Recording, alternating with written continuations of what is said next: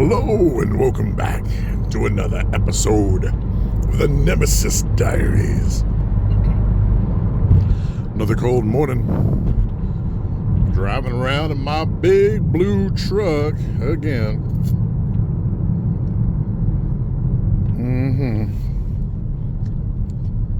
Thing about these diaries is that I always gotta wait till I get out, off the property, off the gravel driveway. Because it's impossible to actually hear shit. My big old tractor tires going over the damn gravel. It's loud as fuck. Getting out to the main highways when I got to start my shits, but sometimes it takes even longer than that. When it's cold out,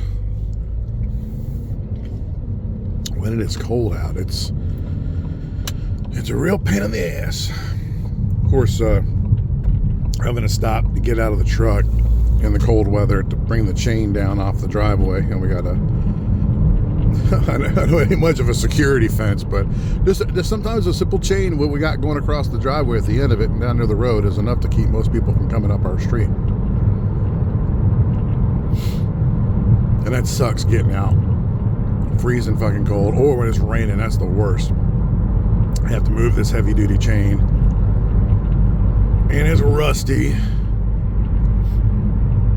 That sucks the most, but hell, it's worth it. Add a little more privacy. And ain't nothing worse than some yahoo lost out in the middle of the fucking country, don't know where he's going, sees a road that's not just dirt, but actually sees one that's got gravel and goes, I'll just go up this one and see what's up here. Yeah, private property, motherfucker. Turn your ass around. Sometimes it's easier, just like, living in the city is more convenient sometimes, but it is what it is. So this morning, cold as fuck, stop, get out, move the chain, pull the truck through, put the chain back.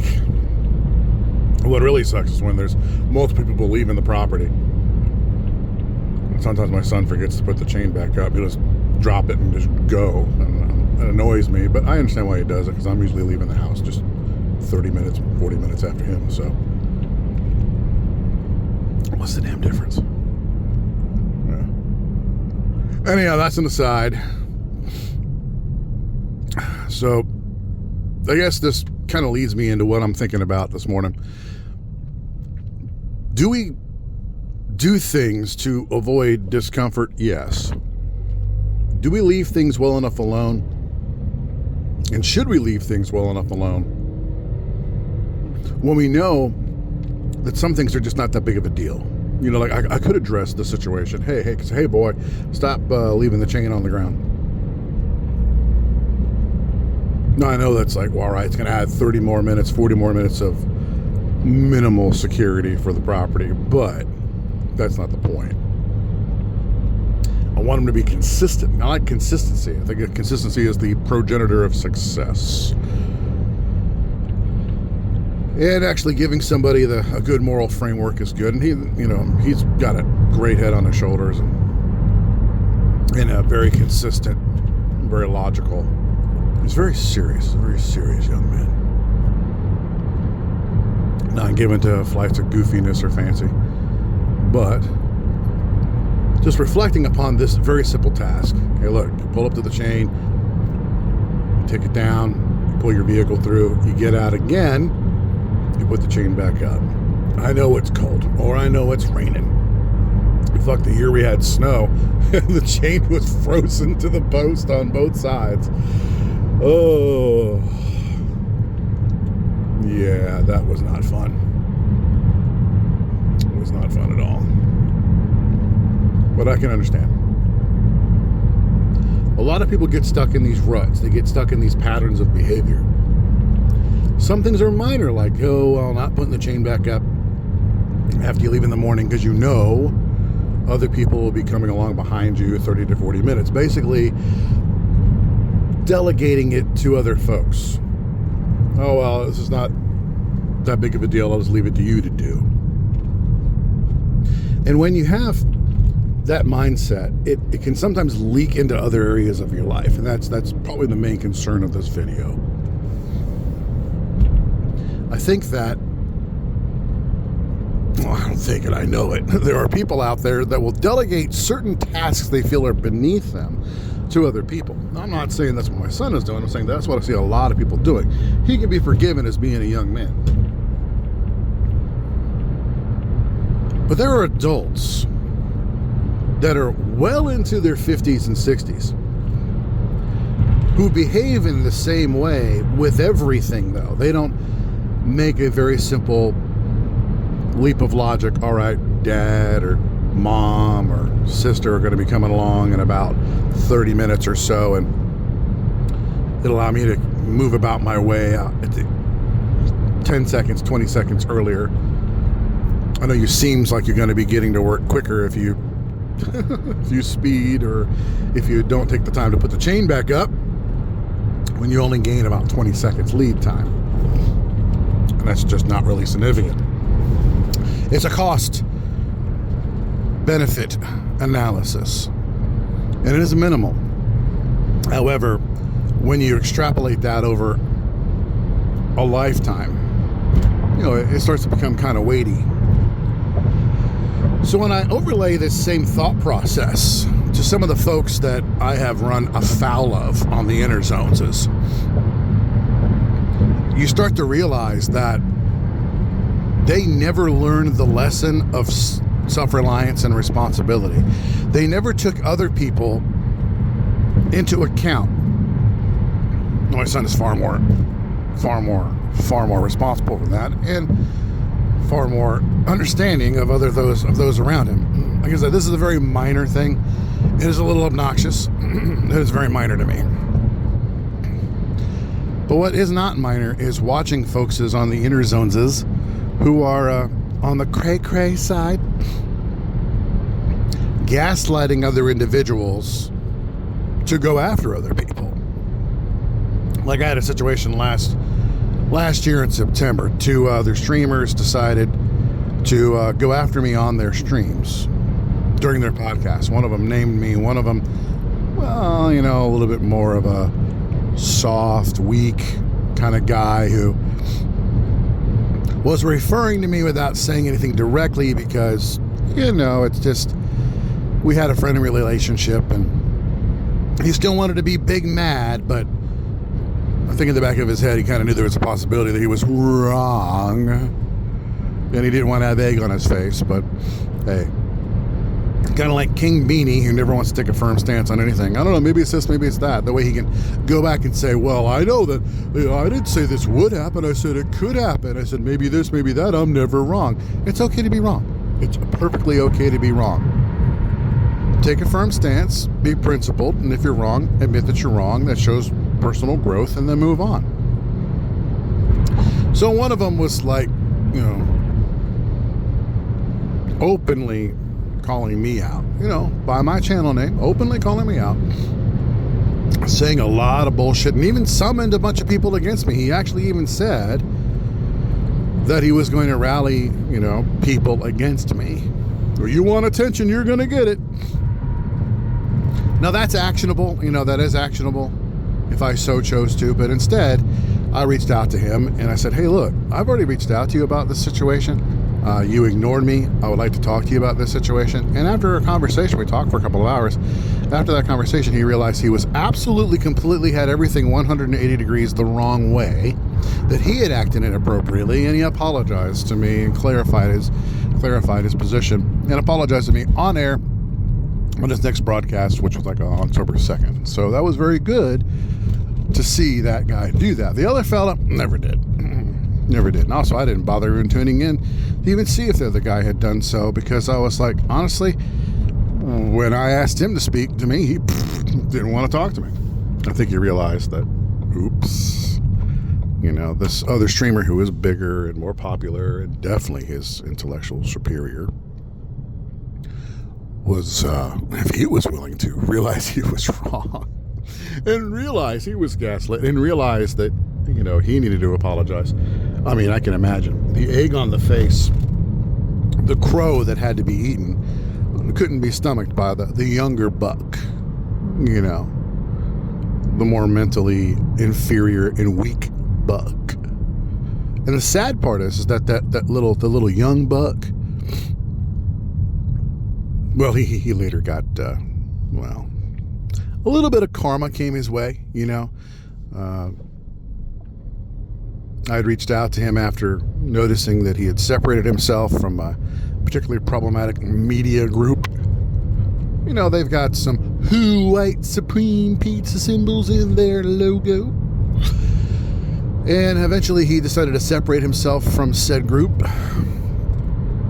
Had some sort of falling out. Doubt it was over that, but some sort of falling out. So I reached out to him. Again, you know, trying to always be me, trying to be Mr. Miyagi, not trying to be Pai Mei. I can give you Pai Mei, bitch, and rip your eyeball out for disrespecting me like Pai Mei did, digitally, of course. You know, I could be the old curmudgeon that's like, I'll pluck your eyeball out. Look at this. Ha ha he he.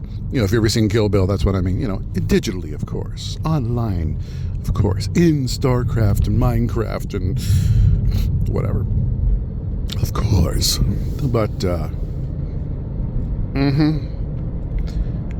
he just responded with hostility, and I was like, dude, whoa. You have egg on your face still. You have crow that you have still yet to eat. How you went after me back in September, and you didn't never correct the record. He goes, well, I didn't name you specifically. I said, but the people that are in your chat knew exactly who you were referring to when they're in your chat screaming and reeing about me personally and, you know, well, egging you on. So, yeah, you incited a mob like your bud did. Him apologizing did nothing to quell the mob. People were still and are still coming at me to this day, still believing that I said things I didn't say and I did things I didn't do. All because a couple of freaking lunatics that run a little cult, a little inner circle cult, had convinced him that I was the bad. And that I said things that I did not say. It's insanity that this person actually took the time, this one of the de facto leaders of this cult of inner circleness, this little navel gazing cult, you know, a little narcissistic cult. They actually told him, you know, the big buck. They told him that actually I had called him a particularly nasty thing, that I had said he specifically was this nasty thing, and called him out by name in one particular video. Oh, turns out when you watch the video, that never happened. He's never mentioned. Mr. Big Buck's never even mentioned. Interesting. Huh. Certain words that they thought they heard never even happened. See, these people are so deluded and so deranged, they have audio hallucinations. They literally hallucinate things because they're fucking insane. It's because they've never learned the lesson of, well, put the chain back up when you leave the driveway. No one ever called them to do that. They've never had to be held accountable in their lives. They think that it might be beneath them. It's too small. It's minutia. Why should they have to be, oh my God, dragged down to the level of the normal person? They're regal. They're royal. You know. We all know I'm a king. They have a tiara and a bundle of flowers, and people like them. They really, really like them, right? It's too beneath these princesses. So they absolutely hallucinated things and then spread this like a folie à deux. So it became a folie à deux. It really is a situation. It's really kind of weird how a folie à deux does apply. It's these two people that have a shared delusion. They were under attack. People are after us. We didn't do anything wrong. They're the bad. So they kind of spread a little miniature version of the mass formation psychosis. and rally that against me. And since they are powerless and weak and pathetic, they had to go to these other streamers to try to get them to come after me. And they were successful initially, but it blew up in their face. It blew up in their face early October when, the big buck came out and said, "No, sorry, I was wrong. I talked to the guy for a couple hours. He's not what I said he was. He didn't say what he didn't say what I was told, etc., etc." This made him go over in his chat, because they're always in his chat, and I thanked him for his words and thank you for correcting the record. And of course, they all had to gang jump me in a Jitsi call that very night, where they all basically showed you just how insane they were. One of the duo was screaming and screaming in the background the entire time because people said mean words about her on the internet.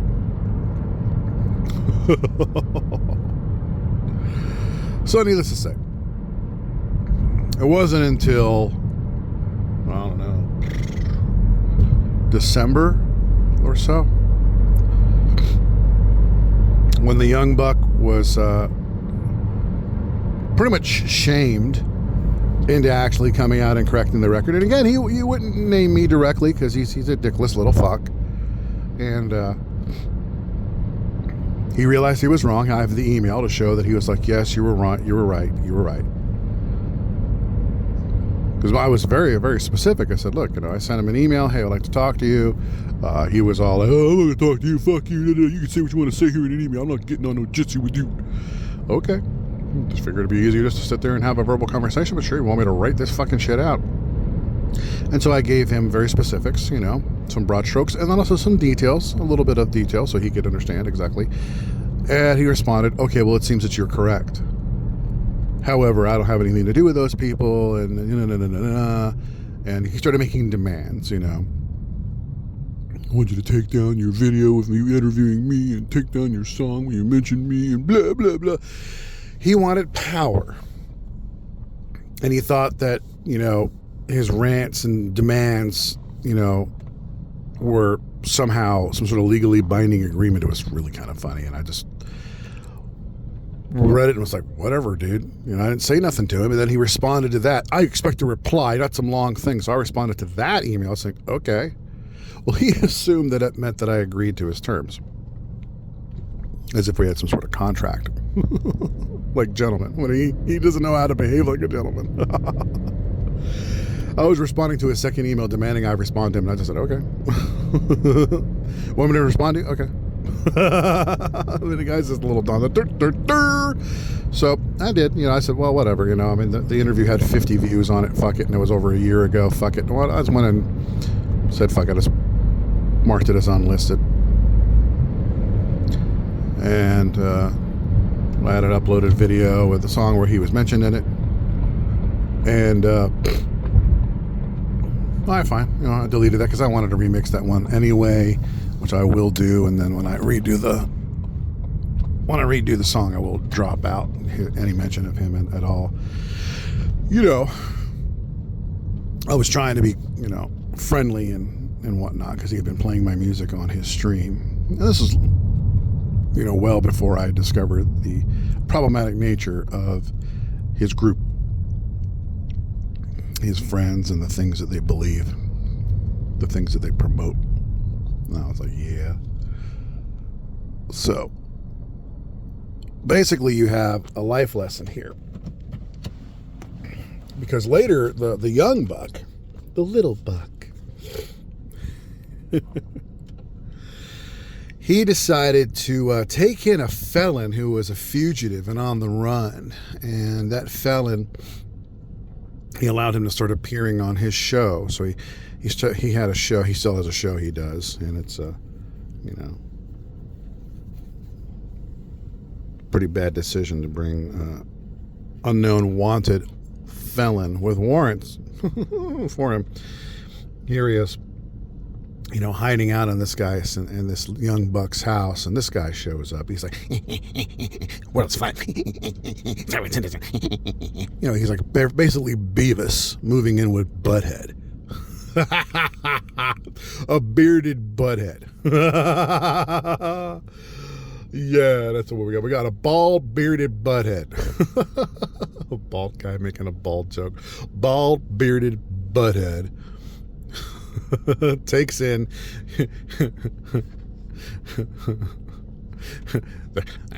sovereign citizen Beavis. That's fucking hilarious imagery. Oh my god. So, it's just too dumb. That's so fucking funny.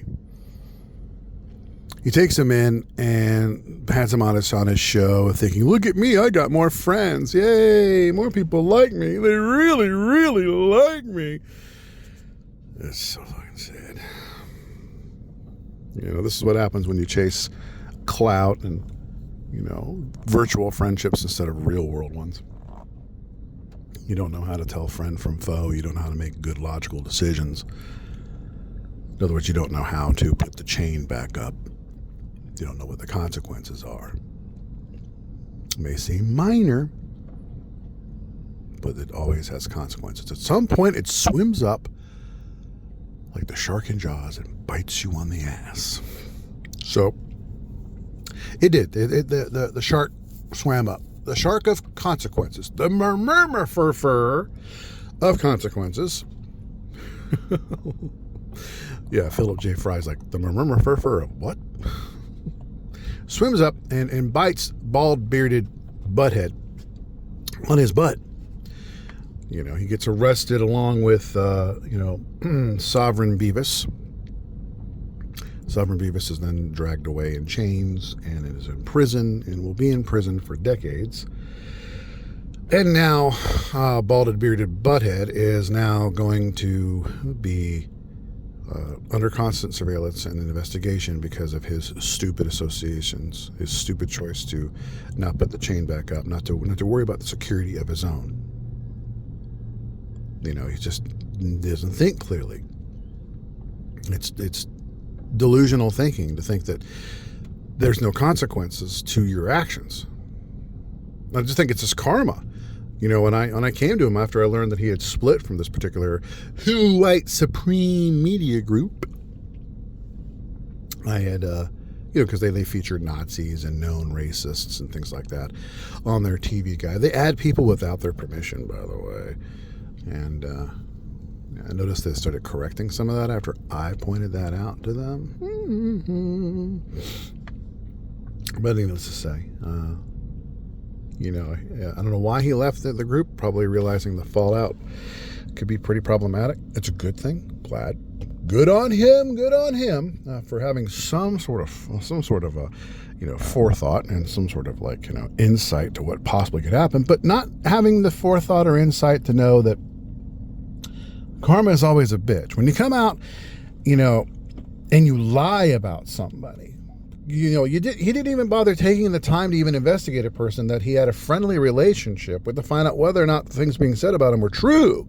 He just assumed it was because he had a loud chorus of Riris, of inner circle lunatics screaming, he did this, he said this, our feelings are hurt. You need to go after him because we're too feckless and powerless to do anything at all about it.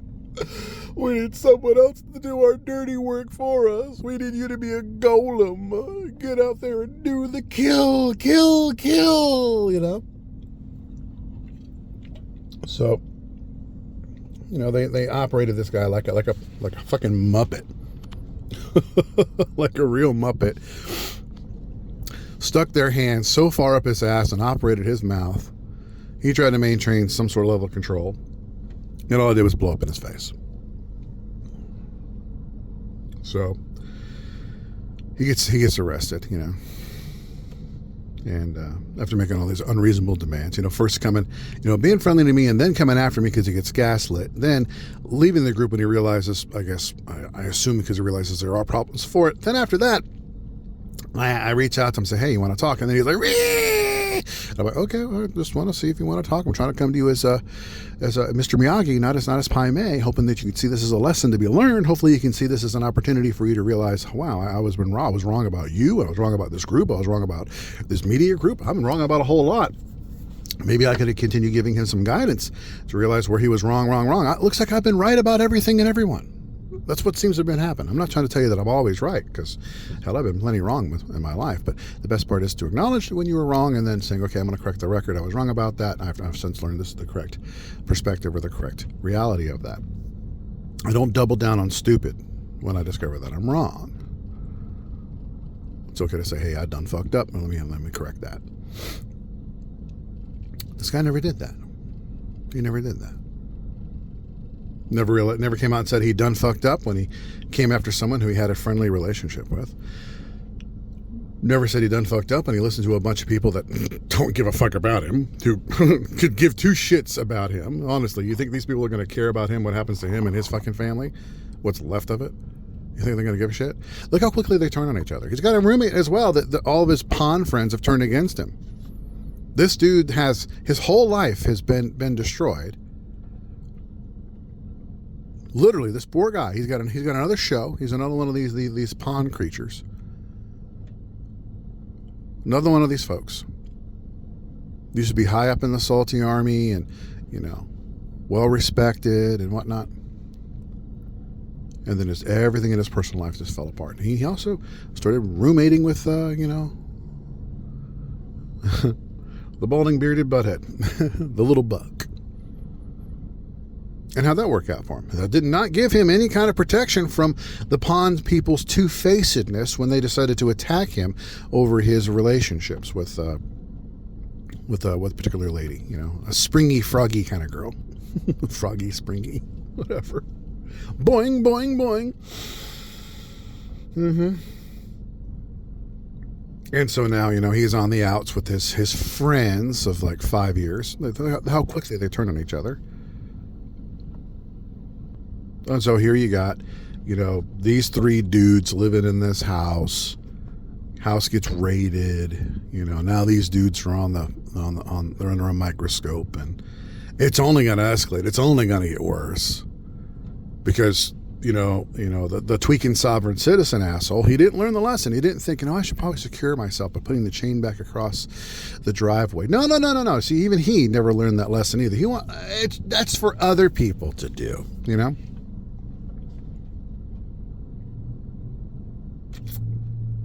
And now what's happened is that,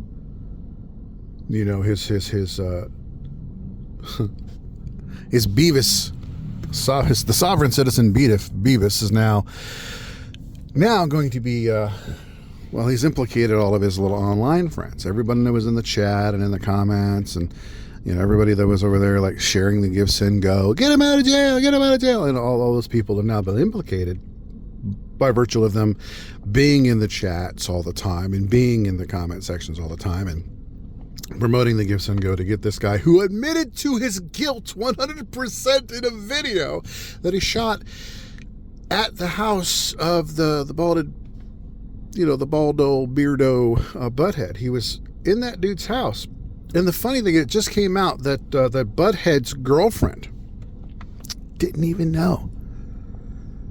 She's operating on the belief that her butthead boyfriend had told her the truth. It turns out he lied by omission. He did not tell her. He failed to tell her that Beavis was in fact using his home and his Wi-Fi and all that other stuff too to make terroristic threats to government officials and police officers and to say he was going to overthrow the government and he was going to rally all the people that have been watching their show as an army of retards to then go and overthrow the government. Literally, that's what this guy said. Literally, this is what he is guilty of. He is guilty of domestic terrorism. Why else do you think that they took like 30 fucking feds to raid the house and arrest this guy? It was because it rose to that level of seriousness, and the people around this dude are dumb as fuck and don't comprehend the level of seriousness, the gravitas of the situation. Because they've never learned why putting the chain back across the driveway was important. Even if it only was going to add extra security, minimal security for an extra 30 minutes. Sometimes that's all you need, because it simply just it creates a habit in your mind. Maybe I should lock my doors when I leave my car parked. Maybe I should make sure that my windows aren't rolled down and leave my car outside in the rain. Maybe I should lock my front door. Maybe I should take the time and be more cautious with my words and be more cautious with the people that I call friend. Maybe I should be more cautious when people tell me that, oh, someone said this and someone did this. Maybe I should look into it first before going off half-cocked like a Riri, setting the karma ball into motion. It's like a boomerang of karma. The guy spouts off at the mouth, and then just a few months later, he's eating asphalt with a federal marshal on his back as they squash his Sammy in his face. My sandwich. As this delusional sovereign Beavis friend was looking at him on the concrete. Sorry.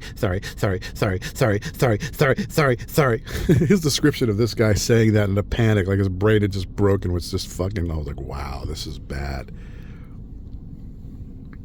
Don't do these things, folks.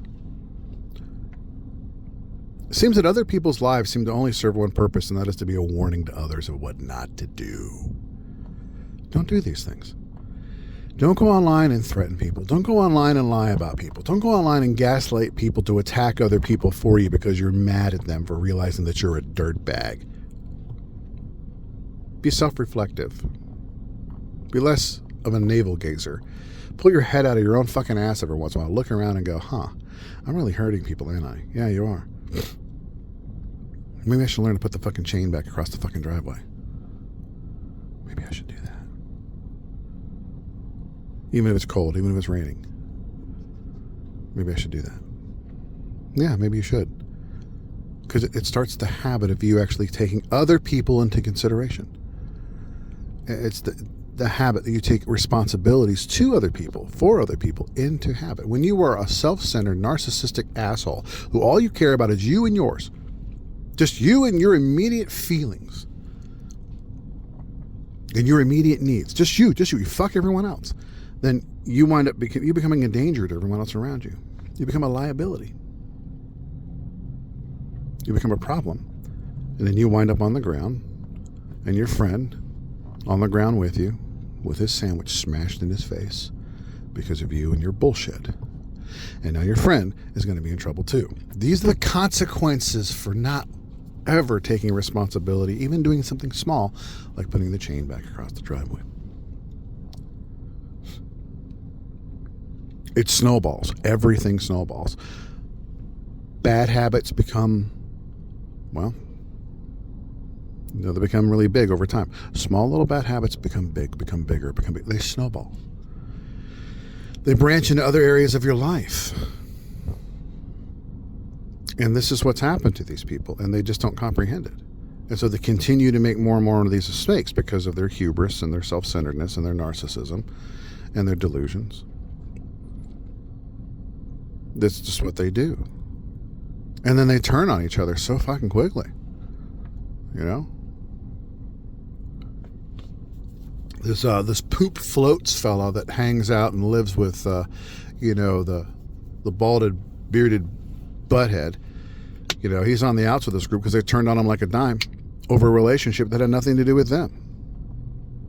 Now all he gets when he shows up in their pond, or in their toilet, as I like to call it now. When his turd floats up into the surface of their toilet, they all of course, start ringing and screaming at him, and he's not welcome there anymore.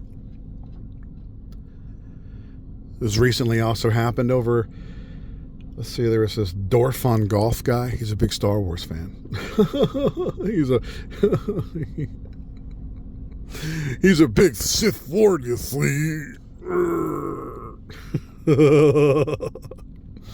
So this big silly has got a stupid little stream he does where all these folie à deux chicks and all their little friends hang out at. And they had one particularly useful idiot. There's one dude that lived in a van down by the river. And, he makes merch for them and, kind of in a desperate situation. And You know, when I spoke to this guy, I showed nothing but empathy to him. I said, dude, you're living in a van. I'm sorry to hear that, man. I said, I'll support you any way I can. You seem like a decent dude. Oh, I was wrong. I was so wrong about that guy. He's not a decent dude. Even his friends are calling him Psycho Boy living down by the river. They're making fun of him now.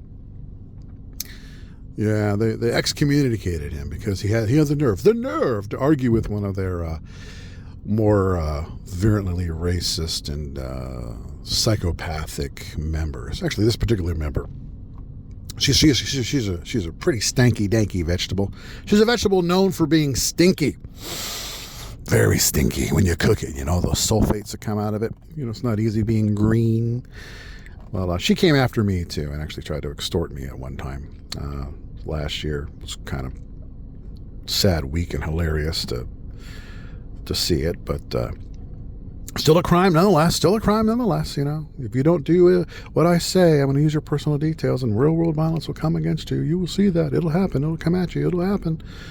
I was like, oh, okay. You better tell someone so and so to stop doing what they're doing online, or else I'm going to use this information and he'll be sorry. Yeah. In the end, I was like, okay, fuck you. I molded over and said, yeah, bring it, bitch. Nah, fuck you. I'm not going to cave. Fuck you. You're not going to extort me. Fuck you. So, no, I won't be threatened. No. Don't worry. There'll be consequences for that. It's coming, everybody. Oh, it's coming. Sometimes, you know, patience is a virtue.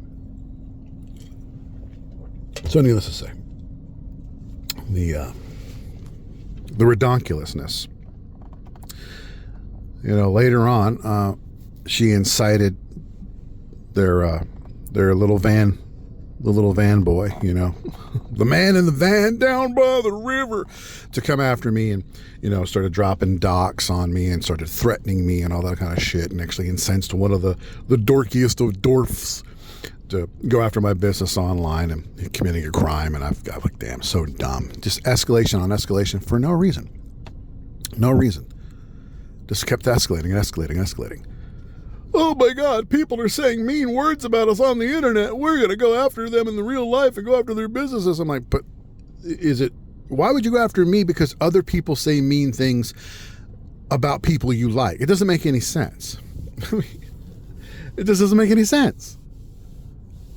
You haven't interacted with me. The other way around. I haven't interacted with you since October of last year, when I got on that Jitsi call and tried to, you know, bury the hatchet with these people. I figured it's probably best to, you know, tell the loonies, okay, I see your invisible friend too. Pat them on the head and walk away. You know, hopefully they'll accept that. Oh wow, he sees my invisible friend too. Yeah, la la la la la la la, and leave them over there doing their delusional thing. But that didn't work. No. They kept chasing after me like a dog. So it's nonstop. So 0 interactions with them since then. They see me behind every fucking leaf, and they see me, you know, and I think it's been said, I've seen plenty of screenshots, under every bed, behind every tree. You know, like, it's insane. It's like, well, what did Ving Rhames say in Pulp Fiction? If he goes to China, I want a motherfucker hiding in a bowl of rice to pop a cap in his ass. They really think that I'm going to be hiding in a bowl of rice to get them. It's absurd. To have the amount of fear these people have over me, it's ridiculous. For what? Because I realize they're all a bunch of neon fucking Yahtzees? Bunch of racist dirtbags who defraud, defame, extort, harass, and threaten, because I realize the truth about these people. So they incite this van dweller to come after me, allow him to cross the line, you know, dropping my full name and everything, you know, dropping links to my business and inciting people to go after my business and leave fake reviews, which is for malicious purposes, which is actually illegal. It's defamation. You can actually go to court over that shit. You can sometimes even wind up in prison over that shit. They incite him to do that. Then after he does that and they get what they wanted, they then say, well, fuck you, we're going to ban you now from our group. Sometimes you just get what you deserve, apparently. So now this guy, now he's realizing, Huh. They turned on me, huh? Wow, I did their dirty work and they turned on me. See, that dude never learned the value of getting out of the truck again and putting the chain back across the fucking road. He never learned that. And as a consequence, well, he was living in a van down by the river. And all of his online friends, were the only friends he had, are now, they all hate him. It's just a matter of time before the dwarf fella. I'm a Sith Lord, look at me, listen to my radio station. It's only a matter of time before they turn on him too, when he has outlived his usefulness. The only thing he was useful for them is when they had their little white trash meth head fest. That he was useful then, so they, had to stay, we like you, we love you, we're your friends. But now they've been showing up less and less and showing less and less support, and yeah. It's just a matter of time before they excommunicate his ass from their little group too. All because no one learned the simple rule of responsibility, putting the chain back across the road. I hope this has made some sort of sense to you. I know I've mentioned a whole lot of folks in a whole lot of ways, in many descriptive ways, without saying anybody directly. It's just a matter of, hey, look, I like to be creative with my thought processes. No, it's a bit of a longer one, but take care. Next time. Bye-bye.